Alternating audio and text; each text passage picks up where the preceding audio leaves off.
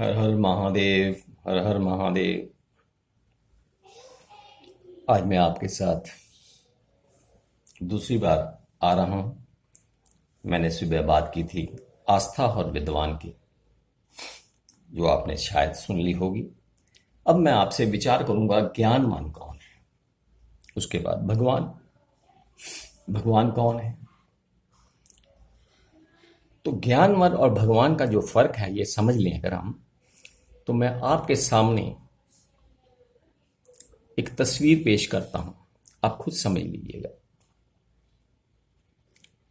एक होता है व्यक्ति, एक व्यक्तित्व, एक होता है पर्सन, एक पर्सनैलिटी। आप समझ रहे होंगे। अगर हमने भगवान को व्यक्ति समझ लिया तो बहुत बड़ी भूल कर जाएंगे। भगवान व्यक्ति नहीं, व्यक्तित्व है। भगवान पर्सन नहीं, पर्सनैलिटी है। वो कैसे, मैं आपसे बताने की कोशिश करता हूं। आपने शिव जी की मूर्ति देखी होगी, महादेव की नहीं। महादेव की मूर्ति नहीं बन सकती, शिव की मूर्ति बनती है। उसको समझें, शिव और महादेव में क्या फर्क है। मैं फिर इसके लिए अलग से एपिसोड बनाऊंगा। जो शिव है उसकी मूर्त आपने देखी। शिव की मूर्त कैसी है आप गौर से देखिए, आपकी नजरों के सामने है। पूरे शरीर में उन्होंने शमशान घाट की छाई मली हुई है। गले में सांप है, यहां आंख है तीसरी, सिर में जटाएं हैं और यहां से ज्ञान की गंगा बह रही है। गंगा बह रही है। किसी मूर्ति में आप देखेंगे उसमें डमरू है हाथ में और तांडव कर रहे हैं। त्रिशूल भी हाथ में है। तीन चीजें वो और ये। आपने और मुझ में, माफ कीजिएगा, जब मुझे समझ आई मैंने इसी बात को समझा। मैं तो लगा कि मैं असल में शिव भक्त हूं। आपको हैरानी हो रही होगी, मैं शिव भक्त, सरदार जी और शिव भक्त, ये कैसे हो सकता? नहीं, मैं ईमानदारी से कह रहा हूं और आप भी मानेंगे। आपने शिव की उस मूर्त को एक व्यक्ति समझ लिया, मैंने उसे व्यक्तित्व समझ लिया। क्योंकि जिस भी ज्ञानी ने ये मूर्ति बनाई थी वो यहां से बहुत प्रचंड था। उसके अंदर विवेक था, ज्ञान था, दूरदृष्टि थी। उसने अपने तरीके से बात समझाने की कोशिश की। कैसे? पहले उसने क्या किया, जो गोल सा हम ऐसा पत्थर रखते हैं जिसे हम महादेव कहते हैं, वो गोल सा जो पत्थर है महादेव है, वो किसी ज्ञानी ने, मेरे जैसे को, मैंने सवाल था मेरे अंदर, मैं नहीं समझ पाऊं निराकार परमेश्वर परमात्मा क्या है, जो वेदों ने जिसे पार ब्रह्म कहा वो कौन है। तो मुझे जब समझ नहीं आई तो मैंने किसी से, ज्ञानी जी से पूछा। तो ज्ञानी जी ने मुझे बहुत समझाया। मैंने कहा मैं नहीं समझ पा रहा, क्योंकि निराकार मीन्स क्या? हवा? बोले नहीं। ये वैक्यूम? बोले नहीं। ये आकाश? बोले नहीं। तो फिर निराकार क्या, कैसे भगवान को मैं याद करूं? उन्होंने कहा देखो, वहीं पास में एक ऐसा सा पड़ा था। बोले ये देखो, इस काले से पत्थर को देख के बताओ इसका आकार क्या है। गोल है? मैंने कहा नहीं। चौकोर है? मैंने कहा नहीं। त्रिकोण है? मैंने कहा कहीं नहीं। लंबा है? मैंने कहा नहीं। तो बोलते ये क्या है? बोले इसका कोई आकार नहीं समझ आ रहा, लेकिन दिख रहा है ऐसे लंबा सा है या मोटा सा है या पतला सा है, ना या चौकोर है ना बिल्कुल गोल है। बोले इसको देख के तुम याद रखना कि वो निराकार है। जैसे ये दिखते हुए भी निराकार है, इसका कोई आकार नहीं लेकिन दिख रहा है, ऐसे ही तुम जब ज्ञान लोगे तुम्हें वो निराकार अपने अंदर विजुअल हो जाएगा। लेकिन उसका आकार ऐसा नहीं है। ये मैं समझाने के लिए तुम्हें दे रहा हूं कि अपने घर में रखो और रोज याद रखना कि महादेव निराकार है। मैंने नहीं समझा था, चलिए छोड़िए इसको बात। अब उन्होंने उस वहां से जब मैंने गलती की, मैंने फिर कहा मुझे नहीं समझ आ रही। उन्होंने कहा ठीक है चलो मैं तुम्हें बताता हूँ, ये मूर्त लो। तुम निराकार को समझने से पहले ज्ञान लो, कि सीधा भगवान तुम नहीं समझ सकते, तुम ज्ञान लो। किस चीज का ज्ञान? उन्होंने एक मूर्ति दी मुझे जो शिव की मूर्ति थी, शिव की मूर्ति, महादेव की नहीं, शिव की। मैंने उस मूर्ति को देखा तो मैंने कहा कि इसकी पूजा करनी है। उन्होंने कहा फिर गलती मत करना, मैंने तुम्हें उसे पूजा करने के लिए नहीं दिया था, समझाने के लिए दे था। ये भी तुम्हें मैं समझाने के लिए दे रहा हूं कि तुम उसको देख के नहीं समझ पा रहे, शायद इसमें से ज्ञान ले लो। बहुत ज्ञानी था, मेरी बचपन को समझता था कि मेरे बौद्धिक स्तर पे मैं बच्चा हूं। तो उस मूर्त को देख के उन्होंने समझाया मुझे, जो समझाया मैं आपसे साझा कर रहा हूं। बोले इस मूर्ति में देखो, से बदन के ऊपर सब शमशान की छाई लगी है। ये छाई किस बात का प्रतीक है? ये एक प्रतीक है किस बात का? इस बात का कि वो व्यक्ति जो इस बात को मान ले, इस सत्य को कि जीवन है तो तुम्हें मौत जरूर आने वाली है, इसलिए तुम मौत जो है वो सत्य है, तुमने मरना जरूर है, इस मरने को एक्सेप्ट कर लो। जो व्यक्ति इस बात को एक्सेप्ट कर लेता है, उसने एक प्रतीक बनाया कि शमशान की ये मैंने लगा ली, मीन्स मैं मरने को कबूल कर लिया कि मरना तो है। अगर मरना है, ये सत्य है, तो मैं रोज ये सोच सोच के क्यों मरूं? मैं निर्भय हो गया। एक गुण आया, किसका? शिव का। शिव कौन है? अब आप समझिएगा। उसके बाद जब मुझे ये बात समझ आई, तो उसके बाद मैंने देखा कि उनके यहां पे जो आंख है वो क्या है? तो बोले ये दूरदृष्टि के लिए है। जो इंसान ऐसा करता है और उसके पास जब ज्ञान आता है, यहां पर ज्ञान है, तो ये ज्ञान का प्रतीक है कि इसकी आंख जो बंद है जब खुल जाती है, जब खुलती है तो विवेक बुद्धि पैदा होती है। ये ज्ञान की विवेक बुद्धि की आंख है।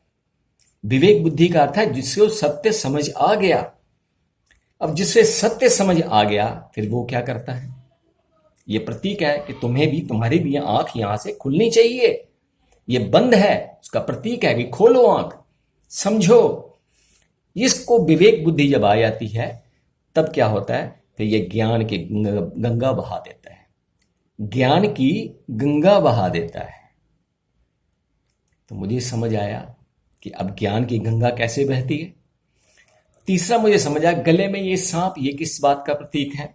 तो उन्होंने मुझे समझाया कि संसार के लोग इस नागिन से, माया से डरते हैं। ये माया जो संसार है, इसे डर है। वो बोलते हैं मुझे इसका कोई भय नहीं है, मैं तो माया को भी गले में रखता हूं, मुझे इसका कोई भय नहीं है, भय से मुक्त है। तीसरी बात, सिर में जटाएं हैं लंबी लंबी, लेकिन दाढ़ी नहीं है। समझने की कोशिश करिएगा। जिस कलाकार ने, जिस ज्ञानी ने यह तस्वीर बनाई थी, क्या उससे कुछ गलती हो गई? बिल्कुल नहीं। उन्होंने कहा कि ऐसा व्यक्तित्व, ऐसी पर्सनैलिटी जो मौत के भय से मुक्त हो, जो माया के भय से भी मुक्त हो, जिसके पास विवेक बुद्धि हो, ज्ञान की गंगा बहा दे। इतना कुछ होने के बावजूद भी वो एक भोला है, बच्चे की तरह से, भोले बाबा। क्योंकि दाढ़ी बड़े होने का प्रमाण है। बोलते नहीं, मन से उसका स्वभाव जो है ये भोले बाबा की तरह, ये भोला है, अज्ञानी नहीं, मूर्ख नहीं, विवेक है यहां पे, लेकिन स्वभाव से, व्यवहार से भोला है। किसी से राग द्वेष नहीं, किसी से नफरत नहीं, कोई अपना पराया नहीं, जो मिल जाता है उसी पे खुश, आनंद की अवस्था में है, शांत है, बिल्कुल शांत, एकदम शांत। ये व्यक्तित्व है, ये मन की पर्सनैलिटी है, मन का व्यक्तित्व बदला है, तन का नहीं। जो मूर्त की पूजा कर रहा था वो तन की कर रहा था। वो क्या कर रहा था? वो पत्ते दे रहा था, कोई जल चढ़ा रहा था, कोई दूध चढ़ा रहा था, लेकिन उसने पत्ते, दूध और फूल दे के ही सोचा कि ये खुश हो जाएंगे। ऐसा नहीं, इसे मन देना पड़ता है, अपनी इच्छाएं देनी पड़ती हैं, वो समर्पित करनी पड़ती हैं। फूल समर्पित नहीं, मन समर्पित करना पड़ता है, अपनी इच्छाएं समर्पित करनी है, अपने अवगुण समर्पित करने हैं, अपनी अविद्या समर्पित करनी है। ये सब समर्पित करके ही तुम भगवान बन सकते हो। पहले समर्पण करो, समर्पित करो। तो यहां समर्पण सिखाया गया कि तुम अपने व्यक्तित्व को कैसा बनाओ, तुम कैसे समर्पित हो सकते हो। लेकिन ऐसा होता है, कुछ कट्टर लोग इस सत्य का विरोध करते हैं। और जब कट्टर लोग इस सत्य का विरोध करेंगे, और वो कट्टर लोग, पंडित मुल्ला, ये भाई, ये कट्टर लोग चाहते नहीं कि सत्य सामने आए। अगर सत्य सामने आ गया तो हमारा धंधा चौपट हो जाएगा। ये अपने धंधे को बचाने के लिए इस सत्य के अगेंस्ट में युद्ध करते हैं और उन भोले भाले आस्थावान लोगों को भड़काते हैं। अब ये आस्थावान लोग जब भड़कते हैं, क्योंकि इनके पास बुद्धि तो होती नहीं, चिंतन होता नहीं, विचार होता नहीं, ये भड़क जाते हैं। किसके कहने पे? विद्वान के कहने पे। और ज्ञानी क्या चाहता था? सबको एक करना चाहता था। वो कहता था मैं भी शिव भक्त हूं। लेकिन कट्टर को ये बात पसंद नहीं आएगी, क्योंकि उसकी दुकानदारी, उसकी कमाई कम हो जाएगी, क्योंकि वो आस्था का धंधा करता है। उस वक्त अब यही शिव क्या करते हैं? उनका रूप बदलता है, तांडव करते हैं, तांडव। हाथ में त्रिशूल है। त्रिशूल क्या है? शूल का अर्थ होता है जो चुभ जाए। तीन गुणी माया जो समझते हैं उसमें त्रिशूल त्रिगुणी माया है। वो इस माया के त्रिशूल से इन मायाधारियों को वध करते हैं। ये शिव अपना रूप बदल के तांडव करते हैं। वो तांडव का मतलब, माफ कीजिएगा, डांस नहीं, ये तांडव है। ये जो कट्टर लोग हैं, इनके अगेंस्ट वो अपना त्रिशूल उठाते हैं, इन कट्टर लोगों के अगेंस्ट में, और उससे तांडव करते हैं।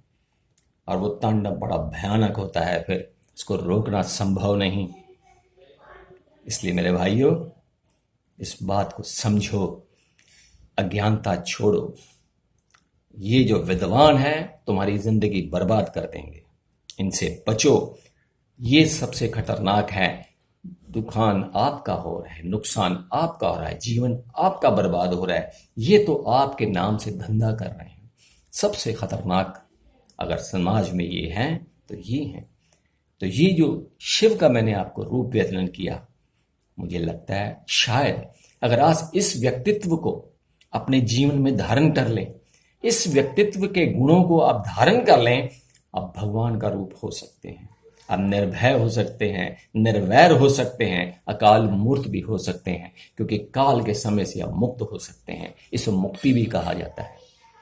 कभी इसके बारे में अलग से भी और लंबी बात करूंगा। मैंने अपनी भावनाएं आपसे व्यक्त की, आपसे विचार किया। हो सकता है ये आपको पसंद आए ना आए, लेकिन मेरी भावना मैं जानता हूं, मेरी पवित्र भावना है। अज्ञानता से मैं ज्ञान से और संसार को संपन्न और सुखी देखना चाहता हूं। इसलिए मैंने ये कहा। जय भोलेनाथ, जय भोलेनाथ।